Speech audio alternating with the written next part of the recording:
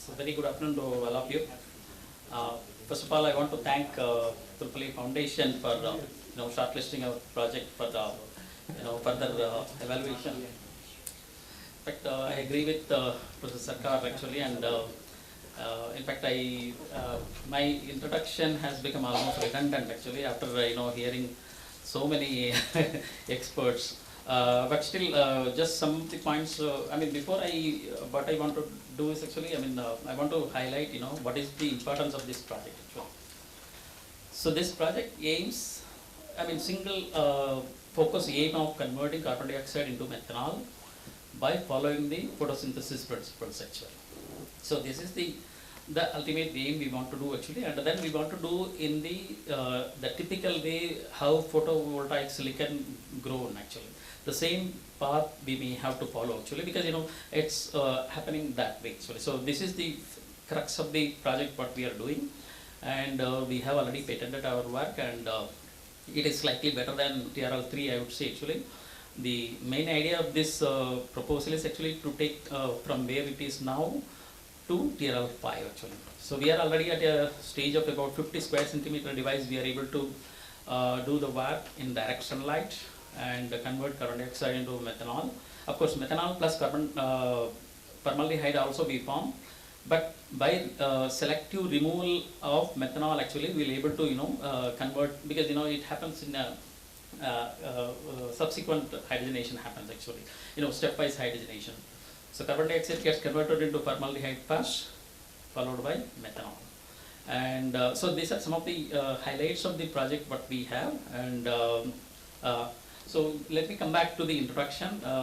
In fact, all the experts highlighted that energy is one of the strategic area. We are too far dependent on other countries actually. Almost 85% of our energy is coming from other countries actually, and then a lot of foreign exchange flows out of our country actually. So this is we don't need any other reason why we should not work actually. So that's first thing. And then of course India is the third largest CO2 emitter, which we know. And because of this actually the number of natural disasters are increasing in number, not frequency, but the severity of the incidents are also increasing. That's another thing. And conventional CO2 conversion, in fact, as Professor Sarkar also indicated actually, it is all happening at mostly happening at the very high cost actually. So this is the particular aspect where our project clearly stands out, where we use the renewable energy actually, almost entirely renewable energy actually we are using to convert carbon dioxide and the water into methanol. So that's plus hydrogen what is generated is concurrently consumed also, and we don't produce any hydrogen whatsoever in this particular thing. And in spite of large global efforts in energy transition from present carbon based fuel to hydrogen actually, we cannot do away with carbon fuels anytime sooner actually. So that's because as Dr. Lele also mentioned actually, there are many applications which requires molecules like methanol, hydrogen. So entirely we cannot just like that switch from one to another actually. That's not going to be possible, and there is a lot of infrastructure, everything is available, and so we can't do that. At least for the next 50 years I don't see that we cannot we cannot do away with carbon based fuel. So how can we convert the carbon dioxide problem into a potential opportunity? That's the main thing we are dealing in this project. And how can we adopt photosynthesis principles to tackle carbon dioxide? So this is the single objective of this project. In fact, I also want to highlight that in late 80s and early 90s, India terribly missed the silicon PV bus actually. We cannot afford to miss another opportunity like this actually. So in fact, this energy transition from carbon based to non-carbon based or low carbon based actually, it has to come in a big way, and this is the time actually all the industries also should contribute in a big way, because they will also able to harvest good amount of returns are I believe it is guaranteed actually. Okay. As I said actually, we are completely following the artificial photosynthesis principles actually. At least we try to mimic the photosynthesis principle as much as possible actually. So this is how it looks like when we look at the leaf under the microscope actually, two things are very, very important. One is actually the leaf structure, though there are micro, nano architecture is there actually, they're all very, very well connected actually. Because when we talk about any redox reactions, flowing electron from one end to another end, it requires unbroken wire or whatever system actually. I mean, whether it is, whatever may be the system actually, it has to be unbroken actually. So that we can see from the microscope actually, I mean microscope investigation. So that's first thing. Okay, this is the highly interconnected macro nano architecture is really, really important for charge transfer. And the second thing is actually, this is a photosynthesis principle, what is shown actually. So there are, photosystem 2 and photosystem 1, 2, we can consider this as semiconductors. So photosystem 2 absorbs light and splits water, and immediately oxygen is, let out to the atmosphere. So there is no back reaction to water. The proton what is produced and the electron what is produced, they are stored as NADPH, and carbon dioxide reduction is a dark reaction. It doesn't need light actually, so it can happen anytime. Okay, so here actually, so what we did is actually, so can we arrange these semiconductors in such a way that wherever there is light absorption happens, from there the electron has to be injected into its system, and that should be very well connected in all the 3 dimensions actually. So that's the main, so these are the 2 key things we learned from photosynthesis actually. So these 2 things actually we have implemented in the device what we have made, and so it is working fine, and I'll give you more information about that. And in fact, this is the same slide, I mean details already given by many, including Professor Sarkar actually. So where, carbon dioxide reduction actually, there are multiple products are possible actually. So right from carbon monoxide, formic acid, methanol, many things are possible, and then the potential difference is very, very small between those products. So producing selectively one product or maybe 2 products is going to be really, really tricky actually, and then we need, the intrinsic property of the catalyst, especially where carbon dioxide reduction happens, that decides, what will be the product actually. So here actually we have to select the right catalyst actually. So that's what we did in this particular work, and this is the same values in the table. So when we, in fact, this started as a PhD work way back in 2017, and it took about 3.5 years to see the proof of concept actually for us actually, because and then COVID struck, and so we got stuck there. But then again 21 we are back, and we did a good amount of work. So I mean, when we saw the first observation, we realized that it's a really interesting observation. So we started working, but then for anything appealing to industry actually, it has to meet certain requirement. First, whatever device we make, it should absorb the wide wavelength range of sunlight. So that's first thing. And then valence and conduction band potential must allow water oxidation, I mean basically water oxidation, and then CO2 activation also in a concurrent manner actually. So that's the second thing. Ideally the reaction should happen in the neutral pH or around neutral pH condition at ambient condition. That's what happens with all the plants sitting in the garden actually. It is happening millions of years and without any peg. So how can we emulate those things but with an artificial device? So that's the main point of this work. Of course, selectivity of the product matters, and we were very particular about achieving the liquid fuels actually.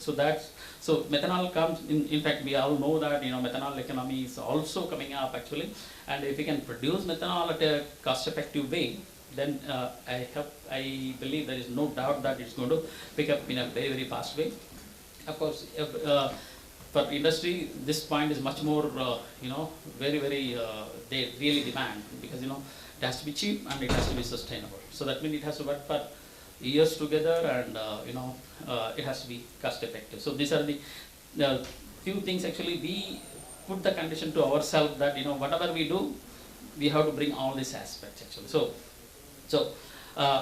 So what we did is actually, I may not go into the details actually, because some of the details I may not able to share in the public forum, but of course I will be willing to share with the jurors. So what we did is actually, we took a wide bandgap semiconductor, which is a porous, which is also commercially available. So we made it as a thin film by, there are many methods are available actually, Dr. Blade method, spray coating, there are many methods are available.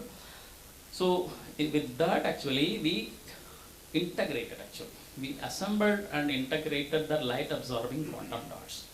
So the quantum dots of light absorbing material actually, it has a particle size of about 1 to 5.56 nanometers actually. I mean, this is the predominant range I am talking actually. So what happens is actually, the smaller particle absorbs lower wavelength light because the band gap is higher. The larger particle absorbs larger wavelength because the band gap is smaller actually.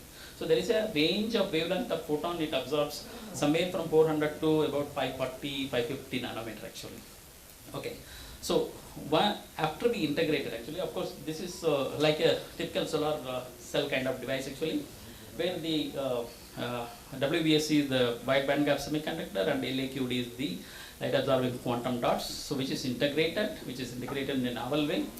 And here actually the light absorbing quantum dot quantity is only 3%, 3 to 8%, I would say, actually not more than that, at the most 4%, but not more than that. And it is also, I can say that it is an oxide, so it is not a very expensive thing. So here actually, so we, I mean, we just sitting in a device actually where we flow through CO2 mixed water in direction light, and the co-catalyst or cathode actually. So it can be there are variety of options we have actually. So depending on the catalyst actually, the product pattern also changes. So that clearly indicates the CO2 reduction happens on the cathode side actually. Okay. So this is briefly about the principle. In fact, we have already in the particular work what I have proposed for the project actually. Here actually we produce formaldehyde plus methanol, and then initially the selectivity for formaldehyde is very high. Of course, I will come to that a little later. And then, but over a period of time, subsequent hydrogenation happens. So the formaldehyde gets converted to methanol over a period of time actually. So we have a handle to increase the selectivity of methanol. So that happens, and then we also have, the whole project actually we envision to see that it is going to follow the silicon photovoltaics actually. So in silicon photovoltaics, you can see that there is a lot of. Do we have a pointer actually? No. Okay, it's okay. Maybe I will use this one. Cursor, yeah. Yeah. So here actually, if you see here actually, so this is the silicon photovoltaic panel actually, where you see silver wires are running crisscross actually. This is essentially to capture all the electrons in the closest possible distance actually. The same concept. So we also, made the our device. When we initially made one square centimeter, that was not big trouble. But then when we started scaling up to 4 square centimeter, 9, and then now we are at 50 square centimeter, we realized that the typical method what we use may not work. So then we realized that this should be the way actually. And this is just to show one slide that the one what is on the leftmost side is actually, this is the wide bandgap semiconductor, only pure wide bandgap semiconductor, but this is after quantum dot integration. You can clearly see that in fact this quantum dot, after integration it is calcined to 450 degrees centigrade, but still it is precisely separate. It is precisely separate throughout the photoanode we see actually. So without any issues we see this be repeated easily 100 times I would say actually. So, and then this is also oxide, so that's not a big issue. So this is going to be fairly stable for a long time, probably months at least. Of course, we need to do that. We need to check. This is just to show one result where the carbon dioxide conversion from in 5 hours actually the dissolved carbon dioxide we are able to convert about 35% of carbon dioxide in direction light. And formaldehyde selectivity actually decreases as the reaction progresses, while methanol selectivity increases. So this is just to show, to give the flavor of what we got actually. And so here actually both the carbon dioxide activation as well as water activation both happens concurrently, and we are not producing any hydrogen. So the proton and electron what we are producing is consumed by carbon dioxide to go to the this one. So in a sense, actually, in fuel cell, what happens? We give hydrogen. The hydrogen is split into proton plus electron. Electron drives the whatever application. These protons are consumed by molecular oxygen to form water actually. So water oxidation, water reduction reaction, what we do, the same thing, same principle happens here actually. So here instead of oxygen, CO2 is reduced to products. Okay, so that's as to put it in a simple way. And we have also demonstrated this process in batch and continuous process. In fact, we are already at 50 square centimeters. So now we are confidently, we are able to propose, what could be, we can foresee in the future actually. If we assume that the efficiency, what we are achieving at once up to 50 square centimeter, if it can be scaled up to higher and higher size, 1 kilogram of carbon dioxide per hour can be converted to 2/3 of its weight to C1 oxygenates, a combination of both methanol and formaldehyde. So which requires about 6.8 meter square size device. And to convert 1 TPD, 1000 kilogram of carbon dioxide per hour, which requires about 2 acres of photoanode. This is in direction light per hour. So 1 ton of carbon dioxide can be converted to C1 oxygenates product in 2 acres of photoanode device actually. So this is the rough estimate we have made actually. This is just to show that we have already worked on the scalability. The first, the leftmost shows that this is with the 1 square centimeter device, and we have tested continuous 7-day in direction light. So up to about 50 hours we have tested, and you can see the activity almost remains same actually. So there is no degradation in activity. And then we also scaled the device initially from 1 to 4 to 9 square centimeter, and the activity also linearly increases as we expected. And this is just to show that the device photograph.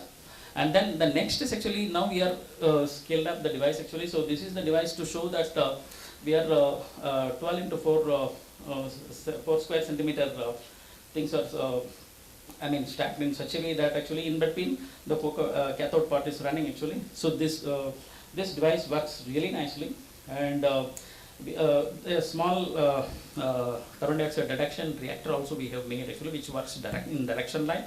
Of course, it will work in the simulated sunlight also. Now actually we are in the process of fine-tuning the reaction conditions, and the process conditions basically we are finalizing. And then initial results, of course, very, very encouraging. In fact, we need more trial experiments to optimize the process conditions where, sometimes we see the backflow, back pressure happens. All those things actually we are working on. So there is a chemical engineer working with me, and there's a fairly, 3 scientists, 4 project staff will be working from this project. So this is roughly about that, and thank you very much. I will be happy to take any questions. Thank you. Thank you, Dr. If any questions are there, just a couple of quick questions. If the audience has any questions. Yeah. So, just to understand, the CO2 is directly interacting with the device or in a dissolved form in water? Just one clarification.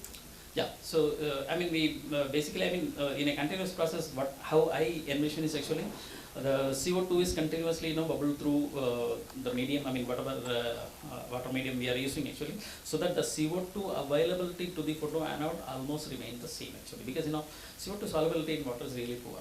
It's about 3 gram per liter of water at close to 0 degree. So you can imagine even at 25-30 degree actually it is going to come down. But under sunlight condition, the temperature goes to 50, especially in summer. Pune faces about 40, 41, 42 degrees centigrade. So the temperature of your device and liquid water goes up to 50, 55, even sometimes 60 actually. Okay. So, but it withstands. In fact, the thermal effect, what I am telling actually, because of the radiation, that actually helps. So in fact, we see better activity in summer months than the winter months actually. So that also happens actually. So, but there is no, complete, stoppage of reaction happens. So even with poor light, there is reactivity. So it is almost simply comparable to silicon photovoltaics. Any more questions from the audience? Yeah. How do you envision the scalability of this technology? So one part you said talked about is increase in the area, and then probably create a bigger panel. But in terms of the economic aspects of it, have you already done some work? Yeah, here actually scalability, we are preparing methods like spray coating actually. So where spray coating can give you almost uniform quality thin films actually, and then you can put the mask so that you can integrate your cathode part later actually. Because this involves 2-3 steps actually. First, make that wide bandgap semiconductor films to a larger area by spray coating.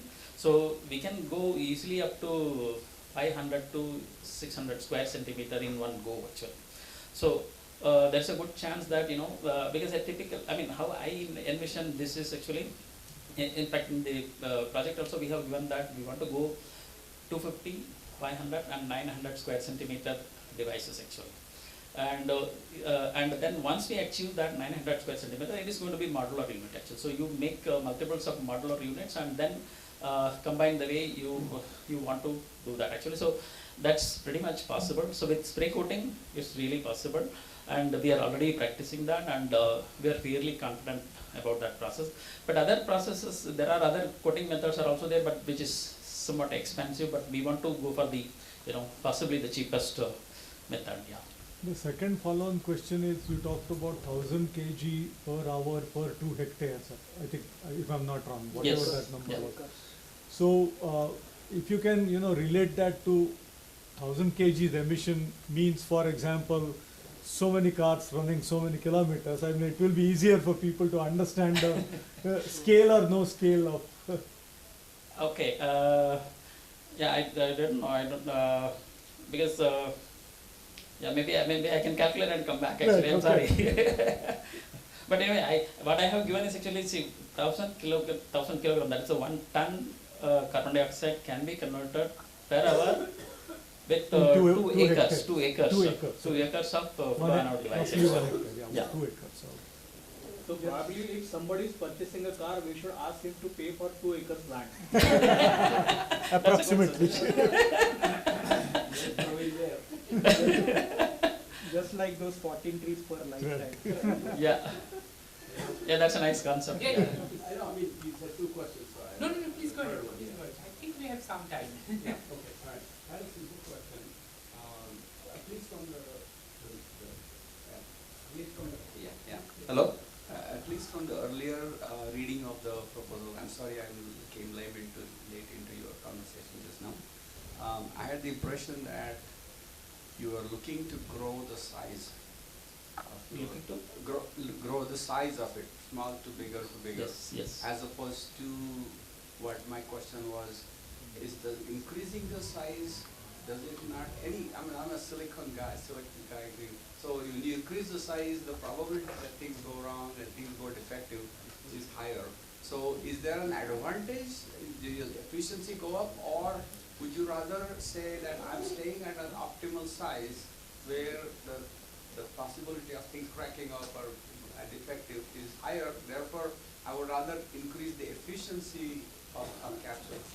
Yeah, so in fact it's a very good question actually. So we went for the second one, so efficiency, because we want to achieve the efficiency, and so this is what our design actually. So here what happens actually, we evaluated 1 square centimeter, 4 square centimeter, 9, 16, 25, up to 49.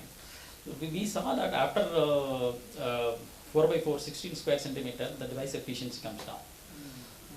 4 square centimeter and 9 square centimeter, they are, in terms of efficiency, they are kind of comparable actually.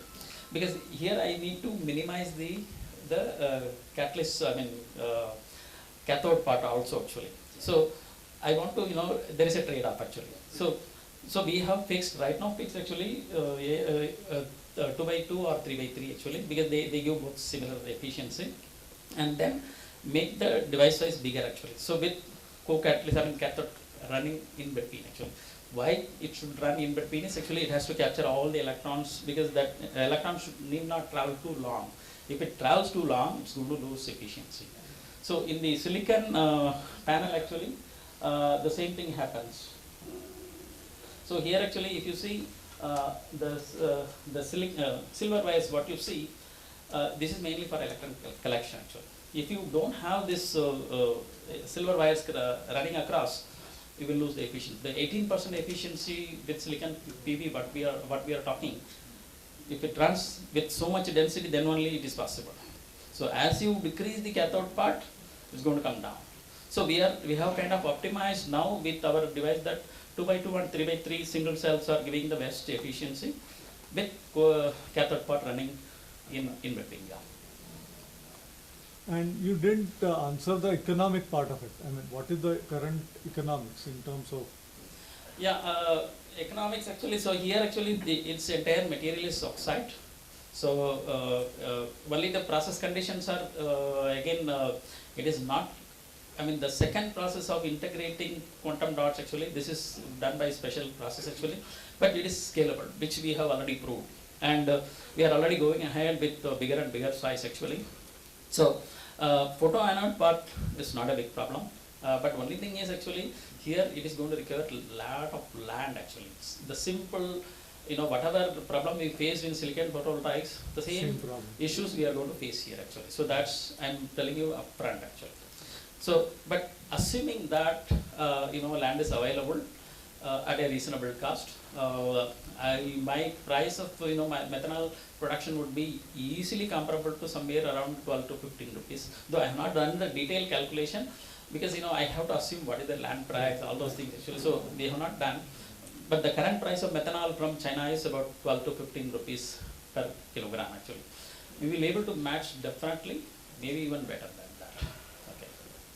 Of course, I need to do much more detailed calculation, LC analysis, all these things I need to do actually. So I'll be happy to do, when we have little more progress and when we know, we are fairly even more confident actually. We are confident, but with bigger and bigger size, I will become even more confident. Thank you.